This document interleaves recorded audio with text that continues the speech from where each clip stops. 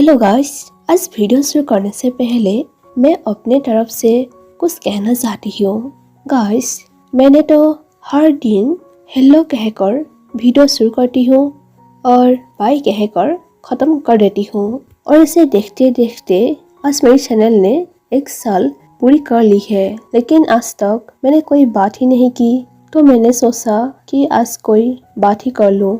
Video skip मत कर दीजिए, मैं आगे एक्सप्लेन जरूर करूँगी, लेकिन पहले मैं अपने बारे में कुछ कहना चाहती हूँ। प्लीज़ बोर मत हो जाइए। शायद आप लोग सोच रहे होंगे कि क्या बोल रही है, हमने तो कोई सवाल ही नहीं की। हाँ, आई नो, आप लोगों ने आज तक कोई सवाल ही नहीं की, इसीलिए तो बात करने की ज़रूरी नहीं समझी। तो क्या हुआ, लेकिन मैं आज फिर भी कुछ कहना चाहती हूँ इस बारे में लेकर कि मैं हमेशा वीडियो बहुत लेट अपलोड करती हूँ, जो मुझे भी बिल्कुल अच्छा नहीं लगता। मतलब आज अपलोड कर दी ना, तो 2 दिनों के बाद या 3 दिनों के बाद ऐसा ही तो मैं करके आई हूँ। तो मैंने सोचा इसके बारे में ही कुछ कह दूँ। एक्चुअली गाइस, मैं कॉलेज स्टूडेंट हूँ। दोस्तों, मैं सुबह 9 बजे कॉलेज के लिए निकलती हूँ और 3 बजे घर वापस आती हूँ। पहली बात यह है, कॉलेज के वजह से एडिटिंग करने के लिए दिन में टाइम नहीं मिलती और डेली कॉलेज जाना जरूरी होती है, क्योंकि 85% प्रेजेंट होना बहुत जरूरी है, क्योंकि यह कॉलेज का एक रूल होती है जिसे हमें किसी भी हाल में पूरी करनी पड़ती है। और हाँ, रात को टाइम मिलती है, लेकिन ऐसा नहीं है कि मैं सिर्फ पढ़ाई में बिजी होती हूँ। एक्चुअली मैं ट्यूटर हूँ, जहाँ मैं क्लास 7, 8, 9, 10 स्टूडेंट को ट्यूशन करती हूँ और ये हर दिन होती है 6 बजे से लेकर 8 बजे तक। और इन सब से फाइनली फ्री होकर मैं 8 बजे एडिटिंग में बैठ जाती हूँ। 9 या 10 बजे खाना खा लेती हूँ और उसके बाद फिर एडिटिंग के लिए बैठ जाती हूँ। और कब सो जाती हूँ ये तो मुझे खुद भी नहीं पता, क्योंकि मुझे एडिट करते समय सोना आदत सी हो गई। लेकिन हाँ, जब मुझे एक्सप्लेन करनी होती है तब मैं रात 12 बजे तक वेट करती हूँ, ताकि सब लोग सो जाए और मैं अच्छे से एक्सप्लेन कर पाऊँ। 12 बजे से लेकर 1 या 2 बजे तक एक्सप्लेन करती हूँ और उसके बाद सो जाती हूँ। ऐसे ही मंडे से लेकर सैटरडे तक मेरी दिन चलती आई है। और अपनी पढ़ाई की बात कहूँ तो मैं एग्जाम से पहले पढ़ाई करती हूँ, मतलब नोट बनाना शुरू कर देती हूँ। सो मैंने वीडियो क्यों लेट अपलोड करती हूँ उसके बारे में कह दी है। आई होप आप लोग मुझे समझ सकती है। और सच कहूँ तो बहुत बहुत बहुत शुक्रिया आप लोग मेरी जैसी लड़की की वीडियो देखती है, क्योंकि मैं बहुत ही नॉर्मल सी लड़की हूँ। काफ़ी सोचा भी नहीं था कि मैं यूट्यूब पर आकर ऐसे ड्रामा या सीरीज़ कोई भी एक्सप्लेन करूँगी। भले ही मैं यूट्यूब के कारण अपने लिए टाइम नहीं निकाल पाती, लेकिन मैं बहुत खुश हूँ इस यूट्यूब प्लेटफॉर्म में होने के कारण, क्योंकि मैं जो एक्सप्लेन करती हूँ जिसके बारे में लेकर वंगशान, क्या कहूँ मैं, जो मेरा बहुत ही करीब है, मुझे बहुत पसंद है वो दोनों। और इसी कारण मैं यूट्यूब पर काम बहुत लगन से करती हूँ, और वो भी हिंदी में, क्योंकि सच बात तो यह है कि मेरी जो हिंदी बोलने का तरीका ना, ये बहुत अच्छा नहीं है। मतलब ये अच्छा नहीं है। और आपको क्या बताऊँ मैं यहाँ पर कैसे आई, यहाँ पर कैसे मैं अपनी वीडियो स्टार्ट की, इस बारे में बोलूँगी तो आप लोग बोर हो जाओगी, क्योंकि ये कहानी बहुत लॉन्ग है। मेरा काफ़ी सोचा भी नहीं था कि मैं एक दिन जाकर यूट्यूब पर हिंदी में एक्सप्लेन करने वाली हूँ। इसलिए मेरी मदर लैंग्वेज आसामीज है, मुझे आदत नहीं है हिंदी में बात करने की, और मैं सिर्फ एक्सप्लेन करते समय हिंदी यूज़ करती हूँ। और जब मैंने पहली बार एक्सप्लेन करने शुरू करी थी तब मुझे कुछ अजीब सा लगा था। बस मैं इतना ही कहना चाहती हूँ कि मेरा जो हिंदी है वो इतना अच्छा नहीं है। लोग सोचेगा कि अरे हिंदी तो एक मामूली सी भाषा है, कोई भी बोल सकती है, ये क्या बोल रही है। हाँ पता है मेरी हिंदी इतना अच्छा नहीं है, लेकिन मैं फिर भी आज मैं यूट्यूब पर हूँ। अगर मेरी हिंदी एक्सप्लेन में कोई भी गलती मिली तो माफ़ कर देना, और इसी तरह देखते रहना। मैं बहुत कोशिश कर रही हूँ मेरी हिंदी अच्छा करने की। आज मेरी इस चैनल को 1 साल हो चुकी है, लेकिन ज़्यादातर लोग मुझे हिंदी के बारे में लेकर कमेंट करती है, और मैं इसे कोशिश कर रही हूँ और अच्छा करने की, और बात नहीं करनी है मुझे। तो चलिए आज का पार्ट शुरू करती हूँ बिना रुके। बहुत सी बातें कर ली है मैंने, सो चलिए स्टार्ट करती हूँ। अगले दिन इबो उठा और उसने देखा कि शिवजान अपने फ़ोन को देखते हुए उसके पास बैठा है, वो कल रात को याद करते हुए शर्मा गया।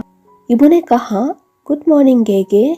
जान ने कहा, गुड मॉर्निंग बेबी। तुम जाग रहे हो? कैसा महसूस कर रहे हो? ऐसे कहकर वो इबो के माथे पर किस किया।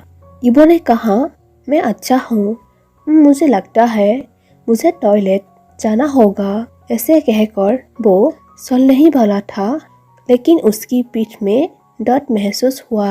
इबो ने बिलख किया, आह, मुझे दर्द हो रहा है। जान ने कहा, मैं तुम्हारा मदद करता हूँ। ऐसे कहकर वो उसे बाथरूम में ले गया। जान ने कहा, काम होने के बाद मुझे बुला देना। ऐसे कहकर वो चला गया। कुछ देर बाद वो जान की ओर दौड़ता हुआ निकला।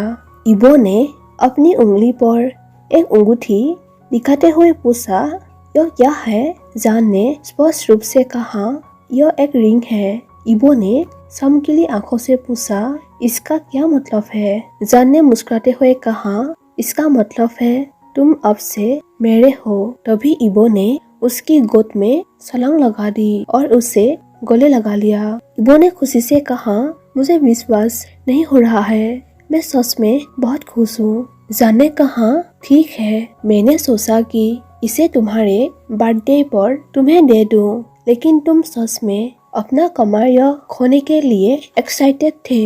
इबो ने कहा, हाँ, इसके लिए मुझे कितना स्ट्रगल करना पड़ा, क्या तुम्हें इसके बारे में पता भी है? जान ने कहा, हाँ, मुझे पता है, तुमने कितनी बार कोशिश की थी। इबो ने जान के ऊपर गिरते हुए कहा, लेकिन यहाँ दर्द हो रहा है। जान ने कहा, और कुछ मिनट पहले तुम डरते हुए मेरे पास आए थे, मुझे नहीं लगता कि यह दर्द होता है। इबो ने उदास होकर कहा, गे। जान ने कहा, ठीक है, चलो फ्रेश हो जाओ और नाश्ता करते हैं, तुम शायद भूखे हो। जान ने इबो को दर्द से आराम पाने के लिए मेडिसिन दी और वो वहाँ अपने समय का आनंद ले रहा था। तभी शोजान का फोन बज उठा। शोजान ने फोन उठाया और फोन में कहा, ठीक है, अच्छा काम, उसे वहीं रखो, हम अभी निकल रहे हैं। ऐसे कहकर वो अपना फोन काट दिया। जान ने इबो को कहा, इबो, हमें वापस जाने की जरूरत है। इबो ने कहा, मैं तो अभी अभी आनंद ले रहा था, लेकिन उस आदमी ने कॉल करके सब कुछ बर्बाद कर दिया। मैं उस आदमी को नहीं छोड़ूंगा जिसकी वजह से मुझे वापस जाना पड़ा। जियो हवेली में जान और इबो अपने घर के अंदर गए और एक अजीब कमरे की ओर चल पड़े। शिव जान ने दरवाजा खोलने के लिए कुछ कोड का इस्तेमाल किया और दरवाजा खुल गया। सीढ़ियाँ उतर रही थी। वो सीढ़ियों से नीचे एक अंधेरे कमरे में चले गए, क्योंकि देखा कि एक आदमी अपने घुटनों तक ठंडे पानी से भरे कांच के डिब्बे के अंदर बंधा हुआ है। वो आदमी बुरी तरह कांप रहा था। जॉन पहले से ही वहाँ था। वो शोजान को देखकर कहता है, जान, वो वही है। जान ने उसके सामने बैठते हुए कहा, ठीक है, तो तुम शुरू करो। जॉन ने उस आदमी से पूछा, बोलो, तुम्हें किसने भेजा? उस बम के पीछे कौन है? तभी उस आदमी ने कोई जवाब नहीं दिया। जॉन ने एक बटन दबाते हुए कहा, बोलो, जिससे उस आदमी को झटका लगा। जॉन ने फिर से पूछा, हमें बताओ, इन सब के पीछे कौन है? उस आदमी ने कुछ भी नहीं कहा।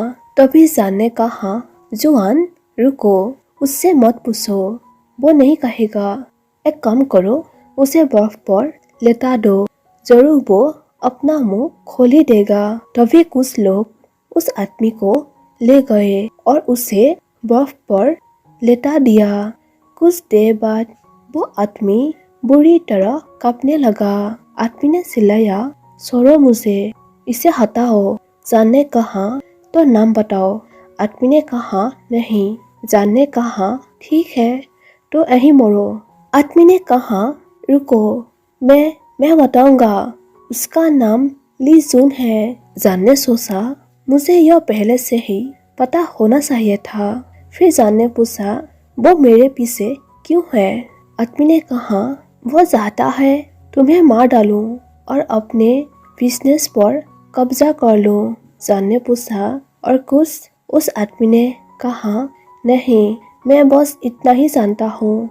जान ने जॉन को देखते हुए कहा ठीक है, उसे बर्फ से हटा दो। ऐसे कहकर शोजान वहां से चला गया।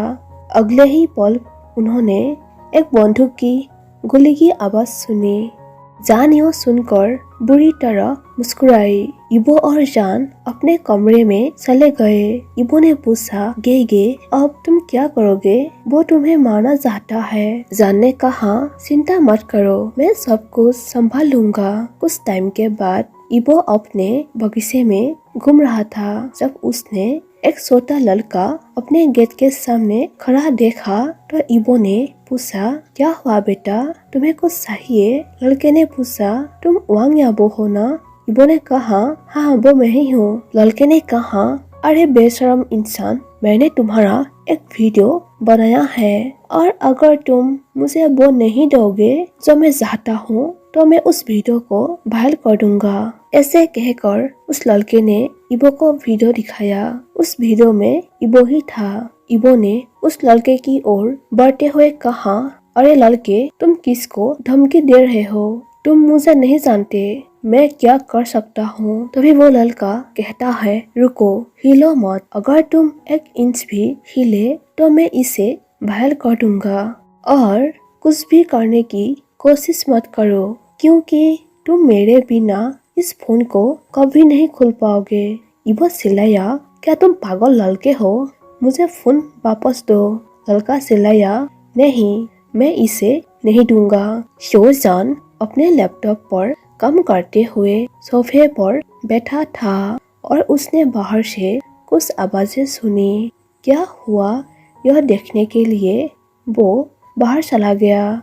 जान ने पूछा इबो तुम क्या कर रहे हो? इबो ने मुंह पर जवाब दिया वो मुझे ब्लैकमेल कर रहा है। लड़के ने कहा आप शोजान है ना? सर, आपसे मिलकर अच्छा लगा। शोजान ने उसके ओर देखा। जान ने कहा अंदर आओ, हम बात करेंगे, तुम यहाँ दमर मत करो। ऐसे कहकर वो लड़के के साथ अंदर गया और वो सब सोफे पर बैठ गए। शोजान ने पूछा तुम्हारा नाम क्या है और तुम्हारा एज क्या है? उस लड़के ने कहा मैं गु डियांजिया हूँ और मैं 14 साल का हूँ। तभी जान ने पूछा अगर मैं गलत नहीं हूँ तो तुम वही बच्चे हो ना जो हमारे पड़ोसी के घर में काम करते हैं जिसने अपने डैड को मार डाला? लड़के ने हैरानी भरे चेहरे से पूछा तुम्हें कैसे पता? जान ने कहा मुझे सब कुछ पता है। डियांजिया ने कहा हाँ, मैंने अपने डैड को मार डाला। जान ने पूछा बताओ क्या चाहते हो, तुम यहाँ क्यों हो? उस लड़के ने कहा मैं चाहता हूँ कि तुम मुझे अपने साथ ले जाओ। मैं जानता हूँ कि तुम दोनों लीगल और इलीगल कनेक्शन वाले टॉप बिजनेसमैन हो। मैं भी तुम्हारा हिस्सा बनना चाहता हूँ, मैं कुछ भी कर सकता हूँ। जान ने पूछा लेकिन उससे पहले तुम्हें हमें बताना होगा तुमने अपने डैड को क्यों मारा? तभी डियांजिया ने उदास चेहरा बनाया और कहा मेरे डैड शराबी थे और वो मेरी मॉम को पैसों के लिए पीटते थे। हमें खाना भी ठीक से नहीं मिल पाता, लेकिन एक दिन उसने मेरी बहन को एक आदमी को बेच दिया। कुछ दिनों बाद मुझे पता चला कि मेरी बहन उस आदमी के कारण मर गई क्योंकि उस आदमी ने मेरी बहन को बहुत पिटाई की थी। मेरे डैड ने मुझे और मेरे माँ को कभी सुख नहीं दिया। यह बहुत दुख की बात है, लेकिन उस आदमी ने एक दिन मेरे माँ को मेरे सामने रेप करने लगा और इसे मैं बर्दाश्त नहीं कर सकता। और तभी मेरे डैड को मैं तब तक जोर से मारा जब तक कि वो मर नहीं गए। लेकिन बाद में मुझे एहसास हुआ कि मेरी माँ की भी मृत्यु हो गई है। ऐसे कहते हुए उसके आंखों में आंसू आ गए। जान ने पूछा इसके लिए तुम्हें दोषी नहीं ठहराया जा सकता। वैसे तुम इबो को क्या धमकी दे रहे थे? क्या तुम मुझे वो चीज दिखाओगे? इबो ने कहा, नहीं गेगे, बस उसे इसे हटाने के लिए कह दो। जॉन ने कहा, मैं इसे दिखाऊंगा, लेकिन पहले प्रॉमिस करो तुम मुझे अपने पास रखोगे। जॉन ने कहा, ठीक है। इबो ने कहा, क्या? क्यों गेगे? जॉन ने पूछा, मैं तुम पर कैसे विश्वास करूं? शिवचंद ने कहा, यदि तुम मेरे बारे में इतना जानते हो तो तुम्हें यह भी पता होगा कि मैं हमेशा अपने शब्दों को रखता हूँ। यह सुनकर जॉन ने शिवचंद को फोन दिया।